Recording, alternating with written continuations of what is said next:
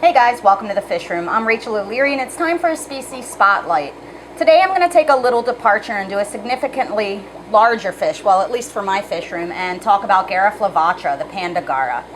They get about 3.5 inches and are an exceptional algae eater and pretty interesting to watch to boot. So let's take a look.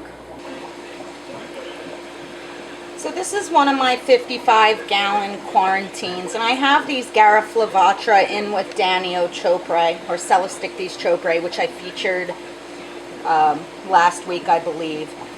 Now these guys are actually pretty large for a fish that I keep at 3.5 inches, but they go so well with my other hill stream species that I like to try and get them in stock from time to time. They're an awesome fish. These are adults, so full grown, and you can see the size comparison to the Danios in there. Despite coming from an area that can have like a high oxygen flow and fast moving water, they're surprisingly tolerant of more typical aquarium environment. In the wild, they're found mainly in Myanmar, where they come from shallow streams that'll have gravel, pebbles, rocks, and very clear water. There will be areas of riffles and pools with slow, almost still water to pretty fast. They come from a tropical monsoon area, so it really varies seasonally. They can take a range of temperatures from 70 to 80. You would just want to make sure there is a decent oxygen content in the warmer temperatures, and a pH range from about 6 to 7.5. Now I fed this tank, so it's getting a little bit stirred up from their antics. They are exceptional algae eaters. One of the best in the hobby, though also easy to supplement because in the wild they're more of an opportunistic omnivore.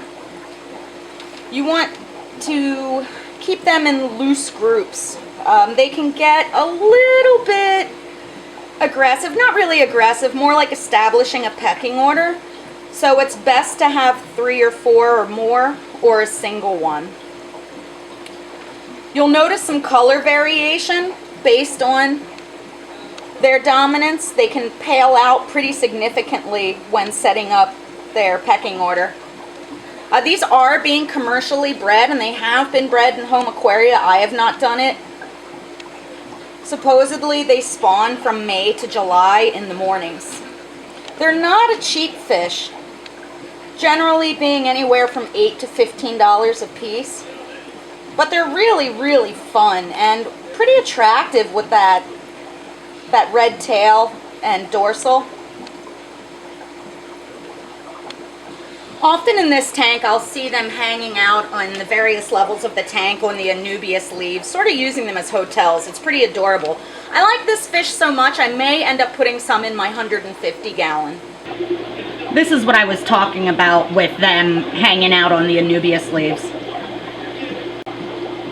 They really do utilize all areas of the tank. Just a really neat fish. I think they're kind of adorable. And definitely attractively colored, and really pretty peaceful. I really enjoy their behavior. All in all, they're a unique algae eater that would be great in a larger tank. Definitely not suitable for small aquariums, but really fascinating critters. Thanks for watching. Make sure you stop by my Facebook as well as my website, MsJinx.com, where you can find my upcoming speaking engagements, my current stock list, and information on all things nano.